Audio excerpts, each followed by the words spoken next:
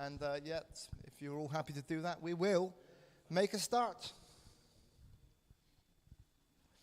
Now, I've known this dear man for 5 years, but I won't explain the context of how we've met, because he'll probably explain the context of how we met at some point of that. But it was not a dating app.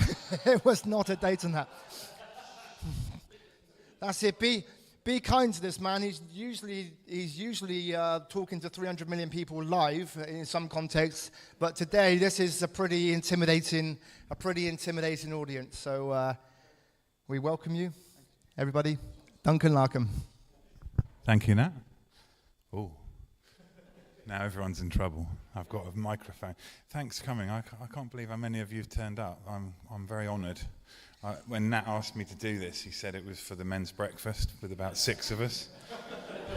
But there we go.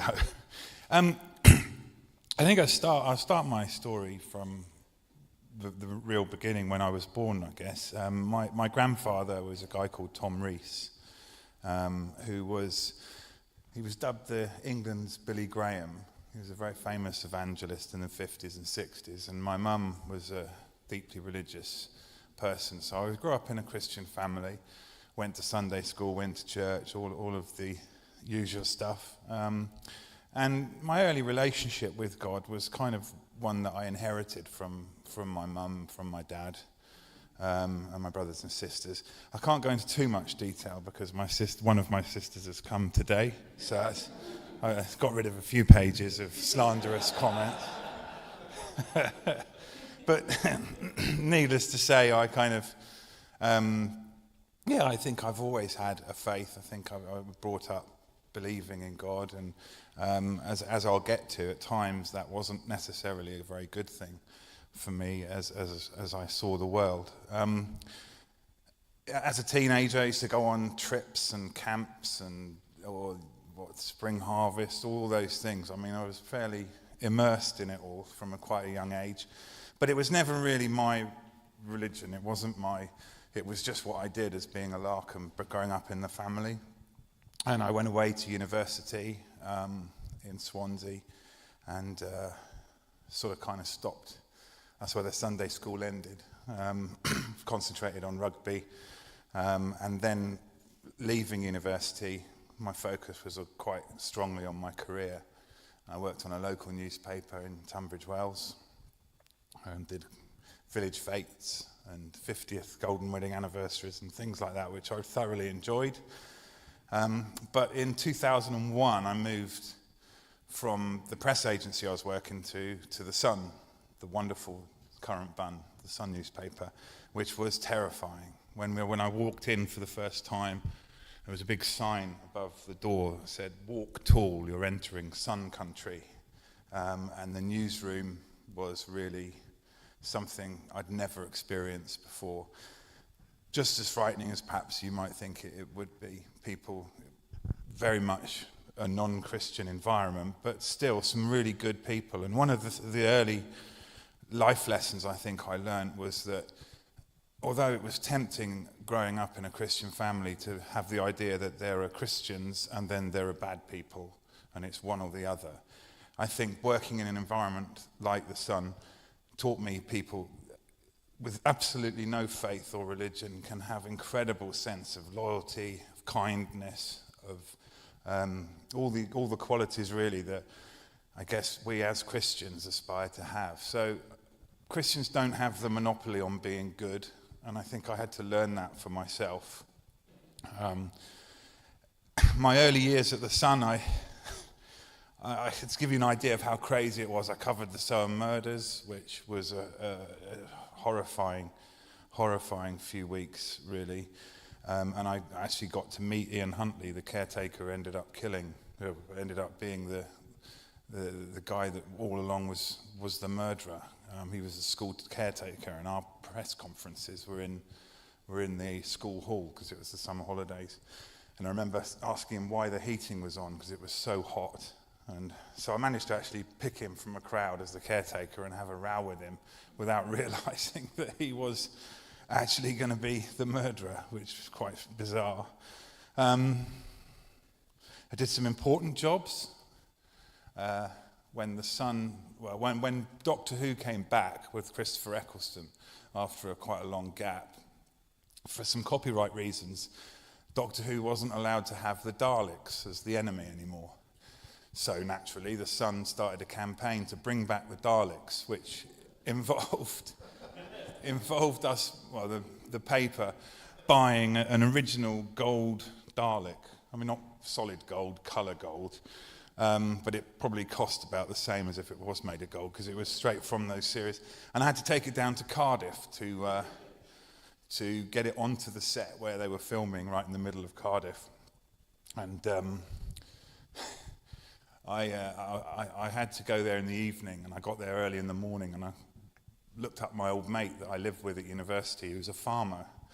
And I said, "Oh, where are you, Richard? I've got a whole day to kill. I've had this big Dalek in the back of a transit van." And he was at the Royal Welsh Show at Bilth, Wales. So he said, "I've got to pass. I'm not going to do a Welsh accent." Well, I might in a minute.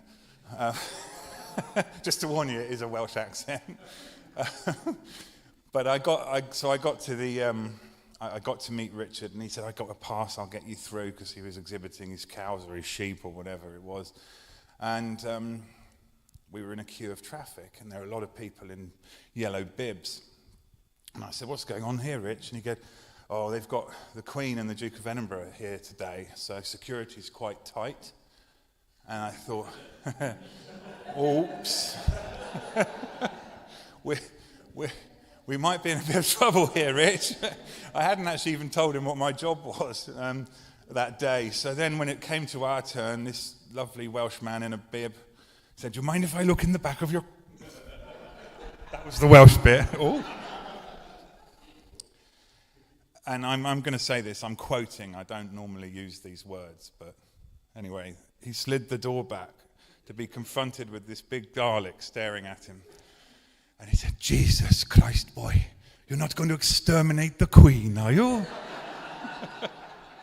But he let us in, so we're okay. So lots of important... I was still a general news reporter when, in 2004, the tsunami hit the Indian Ocean. And I just finished Christmas Day, it was Boxing Day. I got sent out there really as soon as we could physically get out there, me and a young photographer, Dan.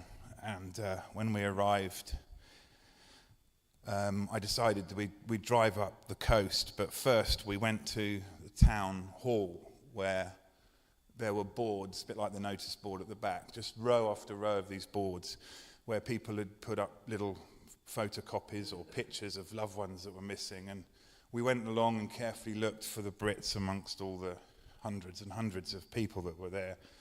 And then I rang the numbers that were left just to say, "Look, we're out here, I'm from the Sun. You know, if there's anything we can do to help, give us a call." And obviously it was a way of trying to get in touch with those that were missing or their families. So after that, we decided to drive up the coast in Thailand. I should have said that, I was in Thailand, sorry. And it was just coming to dusk, and I'd never seen a dead body before, and neither had Dan, my photographer.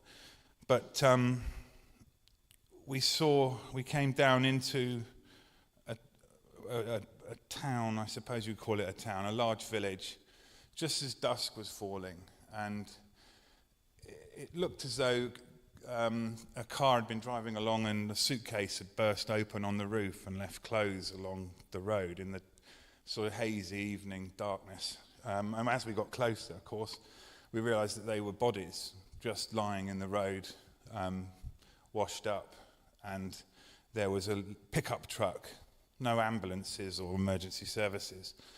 There was a sort of pickup truck, and saw two Thai guys lifting the bodies onto the back of this Toyota pickup. So I thought, right, okay, we were with a taxi driver. So I said to the taxi driver, right, let's follow this, let's see where they're taking the bodies, see where the nerve centre of this place is. And it was actually a village called Kolak, which was absolutely devastated by the tsunami. It depended on the geography, really, as to whether or not you got hit. Some places were absolutely fine. But this place, Colac, was badly hit. We followed the truck, which went up a road, and then we came to what was, I guess, like a football pitch. And by now it was dark, but there were floodlights. And there was a man with a clipboard, he just ticking off the numbers of people as they arrived. It wasn't well organised, but under the circumstances it was quite civilised, I suppose. So I asked the guy, the bodies were laid out. They had about 250 coffins. And then they had probably 400 or 500 bodies wrapped in tarpaulin. And then the rest were just bodies lying in their state of, and it were bits of bodies as well. It was really quite horrible. I asked the guy, how many people have you got here from this one town?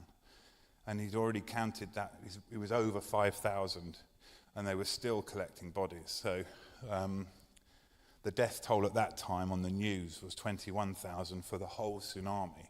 Suddenly we'd found this place where 5,000 people minimum had been killed. It was going to be one of, and was of course, one of the world's worst natural disasters.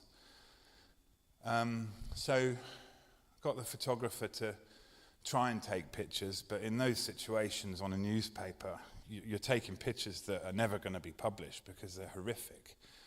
But I told him to take as many as he could because I wanted the office to see, if nothing else, what their staff were looking at.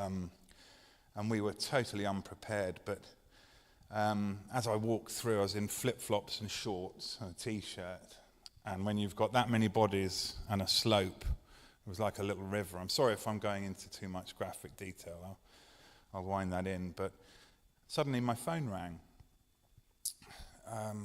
and it was an elderly man on the phone, and I didn't really have the time to take his call. But he said, look, you left me your number, and it was one of the numbers I'd left earlier in the day. He said, I'm looking for my son. I haven't heard from him for 24 hours. Are you able to help? And I said, yeah, okay. Well, I took the son's name. I said, where was he staying in Thailand? Which resort? This old man, I could hear him go off and sort of shuffle some papers. He put the phone down, and then he came back, and he said, he's staying in a place called Koa Lak. And at that second, all those bodies suddenly became someone's son or father or baby. And it was a bit like being hit by a bullet, frankly. I had to get him off the phone. I said, look, I'll give you a call back tomorrow, and we're going to the Foreign Office liaison guy tomorrow, and so I did that. But the reason I mentioned the tsunami, I mean, I was brought up to be told God was a loving God, a kind God, someone who created us in his own image and adored us. And I suddenly really felt that, frankly, if I'm honest, I just felt very angry with God. I thought, how could you let this happen? How on earth can this be justified? What, you sent your son?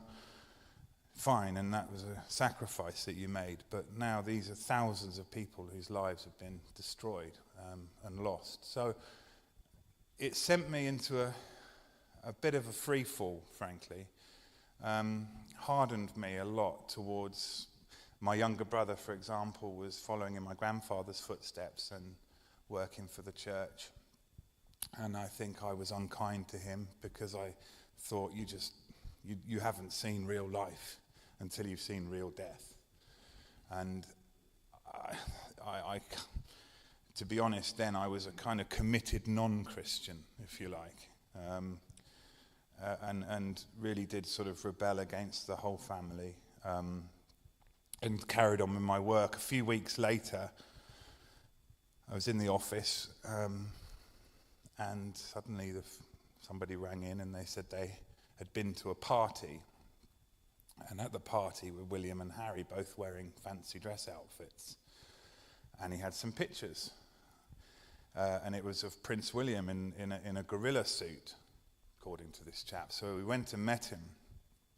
And as we met him, he pulled out, it was the old days of the happy snap cameras, it wasn't on a phone, but he had the 12 images, or whatever it was on his film.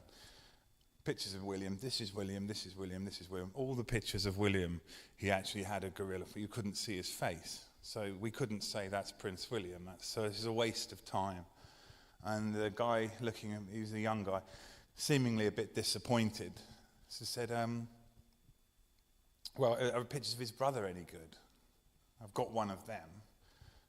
Go on then, show us. And he pulled out on the last picture that he'd taken, picture of Prince Harry wearing a Nazi outfit at this party, and wow, it was a story that suddenly was going to change my career, because after we published the Harry the Nazi story, which went hugely around the world, I was given the royal job, and that was me really. I was so focused on work, so damaged without realizing what damage had been done to me, because I hadn't processed what had happened, what I'd seen, what I'd witnessed, what I'd smelt. And I got absolutely fully engrossed in the royal job, which at the Sun was a plum job, because the royals tended only to go to very nice places. So I racked up the air miles and got to know both the princes quite well. Actually, had a lot of interaction with William and with Harry. I mean, they both hated me, but they hated me less than they hated other journalists. So I used to describe myself as a burglar who was kind enough to wipe his feet on the way in before he burgled their house. That's how I saw us. And I think things have got worse since then. That's probably the palace now. So you've admitted being a burglar. So I took a break. I took a break from doing the royal job after a few years to become defence editor, which I mentioned quickly because that involved me going to Afghanistan as a war correspondent. And at last I felt like I was doing some proper news again. I wasn't just writing about princes' haircuts and their girlfriends' shoes. And it was quite an experience being in Afghanistan. We would embed with the troops. That's what we'd do. We'd walk on foot patrols with the soldiers in the front line and really experience it. And I have to say, it was just the most incredible privilege seeing British soldiers and American soldiers in action on the ground. There was one instance where a guy got shot in the face, and his comrade was had a video camera on his helmet. It was right next to him, and fortunately, this guy somehow the bullet had literally just grazed his face because it had hit his rifle and ricocheted off, and so they got him out of there, and I interviewed them both when I was out in Afghanistan in their unit.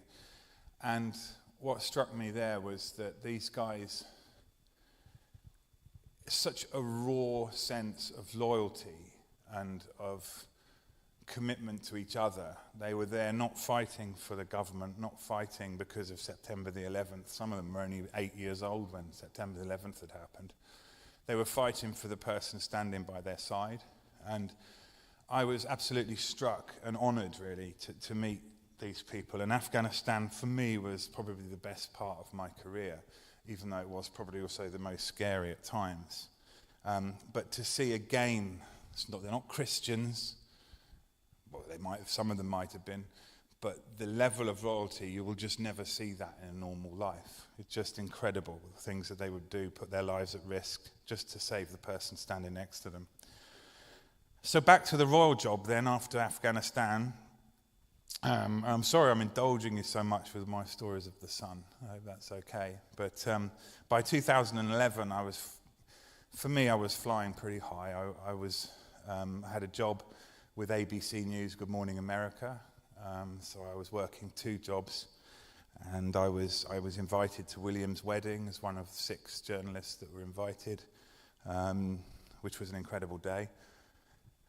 And it was, I didn't need God. I was I was doing all right. Look at me.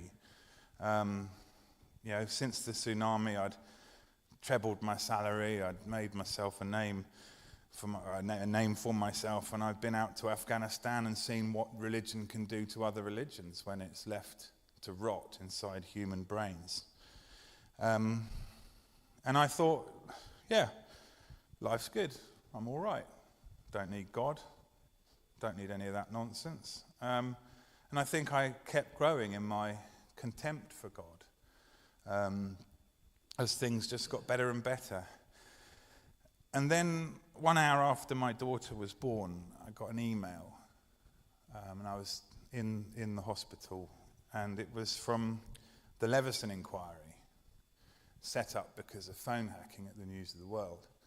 And what had happened was the News of the World had been hacking phones of virtually everybody, but they'd blamed just one reporter, raw reporter, who'd been caught red-handed. I'm sure, I don't need to go into too much detail, because I'm sure people will be aware of the phone hacking scandal. But the Leveson inquiry was set up to basically reveal the truth of what had happened, because the company had certainly lied. And I was going to be called as a witness. I had no idea why. I'd never hacked a phone in my life. In fact, on the day that I found out that my counterpart on the News of the World had hacked a phone by listening to a voicemail message, I actually physically remember thinking, oh no, I'm going to be in trouble because I don't know how to do that. I should have been doing that was how warped my thinking was. But anyway, I went to the Leveson inquiry and gave evidence, and did all right, did okay, just explained how we worked with the royals and how we wiped our feet, if you like, on the way in, how we weren't as bad as all of that. And I thought that was great, fantastic. I was pretty much at that point in line to become deputy editor or chief reporter, so the career was really taking off. When in April 2012, 5 o'clock in the morning, knock at my door, the dog's barking. I went downstairs to find 8 plainclothes policemen and women standing at the door, and they arrested me for corruption, because I'd paid, when Prince Harry and Prince William were at Sandhurst, a guy had phoned up to the news desk. They'd given him to me, and he was able to give us, said he'd deal with us, but only if I could write pleasant stories about the boys and true stories about Sandhurst. So I'd been dealing with him for a number of years, and he was a great guy. But because of the Leveson inquiry and because of the phone hacking scandal, the company I worked for, Rupert Murdoch's company, was desperate to kind of show that it wasn't like it was before, that things had changed. It was a good paper now, or a good organisation. The police, who'd helped cover up the scale of phone hacking at the News of the World, to the point where even the chief, the Met Police Commissioner at the time, when they were looking at, in 2005, when they were looking at the first phone hacking incident, he'd been complicit in fact, they'd had 15,000 pages of evidence of different phones that had been hacked. And that commissioner, Met Police Commissioner, who'd allowed the company to lie and say it was just one rogue reporter, was actually a columnist at the News of the World, having retired. I mean, that's how close and corrupt it had all become. And they were after revenge, and unfortunately I was one of 26 journalists at The Sun who was effectively thrown to the wolves. And that knock at the door really did change my life. And looking back now with a kind of sense of perspective, it was as though I was in control of the car of my life. I was driving it and it was all going great guns. I didn't need God, and all of a sudden, bang, I guess I'd had a crash. And that crash lasted years. After 3.5 years, I went on trial at the Old Bailey in Court 16. Had a 3.5-month trial. Fortunately, Fortunately, got found not guilty. The jury thought it was a joke, and frankly, it was. So I walked free, but I had really broken. I was in that 3.5 years waiting for my trial, where I couldn't say anything, I couldn't stick up for myself. I drunk a lot every day, far too much, just to self-medicate. I was angry. I felt like I was one of life's victims, huge sense of self-pity. And I thought, this is just ridiculous. How could this happen to me? I was suspended from work, initially allowed to go back to work, until this was about a year after my arrest. I got called in to see the editor, and the editor said, look, you can't do the royal job whilst you're being accused of corrupting people for stories about the royals. And I thought, well, that's innocent till proven guilty. But I went home, drank a bottle of vodka, at least, was wrapped in self-pity. I went into I had an outbuilding at my house, like a barn. I went in there, poured a load of petrol over me, pulled out a cigarette lighter. And my wife actually had followed me, heard me, thankfully. Otherwise, who knows? I don't know what would have happened, but she stopped me. And that was a real low point in my life. It just felt like everything I'd worked for had just gone. Everything that mattered to me had been taken away. And I was looking at possibly up to two, maybe more years in prison for doing my job as instructed by a paper that advertised on the page 2, "We pay cash for stories." My defence in the Old Bailey, my defence was effectively, yes, I did that, so what? That was an interesting legal situation for my barristers to be in, but the jury went for it. So just moving on, and I won't be much longer, because the years after my acquittal, and I was freed, I didn't go back to the Sun. I wrote a book about Prince Harry and started working as a commentator on all things royal. And, I was a mess. You can't drink that much every day for 3.5 years without it taking root and becoming something that you're dependent on every day. And it destroyed my marriage. It destroyed my prospects, really, of work. I wasn't employable.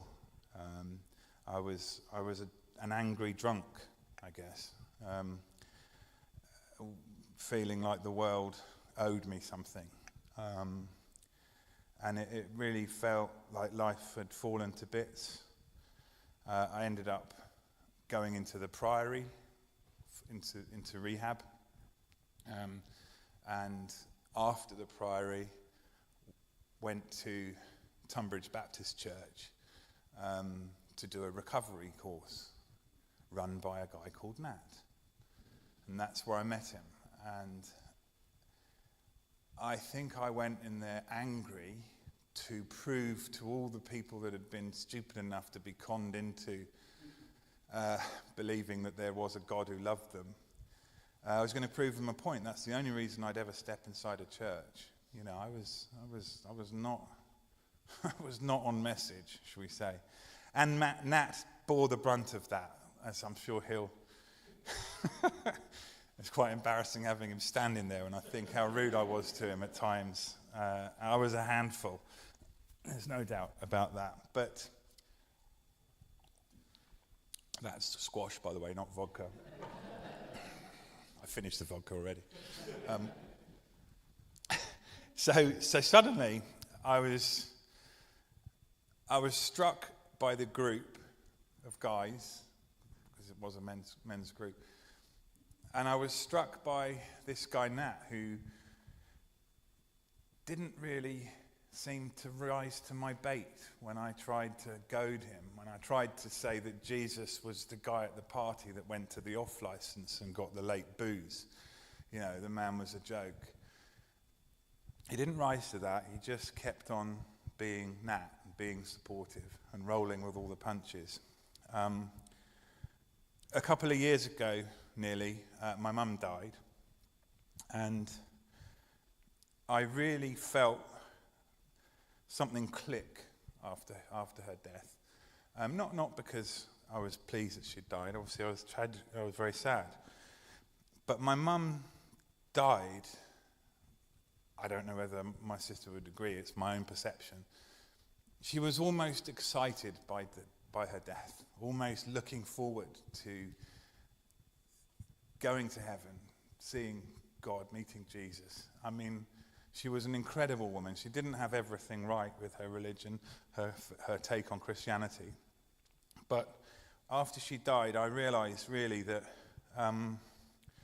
there was something different about her, something sincere, something kind, which perhaps I hadn't really, I'd focused on all the bad things. And I think after the tsunami, I'd become somebody who was able to look and see the bad in Christians and Christianity, really see it, and shout about it. So suddenly after Mum died, it was like I was just seeing the good. I was thinking of people like Nat and others like-minded people that I'd met that were great witness to Christians, real Christianity, not religion, as we know. And I went through a few weeks of being very challenged because, I'd lost my mum, but I hadn't really got right with God. And I was listening to some music one day at the end of 2022, I think,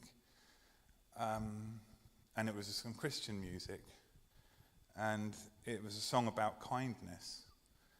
And I don't know what happened to me. I can only call it a spiritual experience, but I fell to my knees on my own in my bedroom and just burst out crying and started asking for God's forgiveness and for all the things that I'd done to turn my back on him, consciously decide to carve my own path. And it was this feeling of handing over the steering wheel,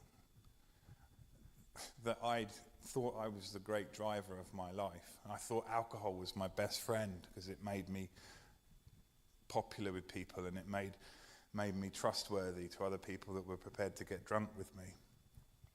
Suddenly I wasn't driving the vehicle and it felt amazing. It felt this incredible sense of peace and of relief that I didn't have to be in control of my life. There was another way. Now, it didn't suddenly change my life instantly. I was still quite bad in my mental health, and I went through a long period last year of seeing a psychiatrist that Nat put me in touch with to work through PTSD and get treated for that, and actually rather than just live with it and try and battle through, actually get it sorted at root, which is what I feel that I'm there now. I'm not a perfect person, and don't think I ever will be, but what I've learned is that God does love us, and he loves us unconditionally, and he only wants us to love each other unconditionally as well, and show the kind of loyalty to strangers that the soldiers in Afghanistan showed to each other, to show that kind of level of love and kindness. That's all he wants for us. And the Bible, for me, I'd seen it as this book of rules that I was brought up on, and suddenly is an amazing love letter to us, to me, about this death on the cross. So I've really found that by praying and by reading the Bible and by coming along to this wonderful church and others that I go to, I'm just trying to be committed to not being in my own driving seat. That's as simple as I can put it. I'm not in control of my life, and when I'm in control of my decisions, I end up almost in a prison cell and drunk in a hedge or trying to light myself with petrol. So that, I suppose, is my story and my testimony, and thank you for listening. Thank you.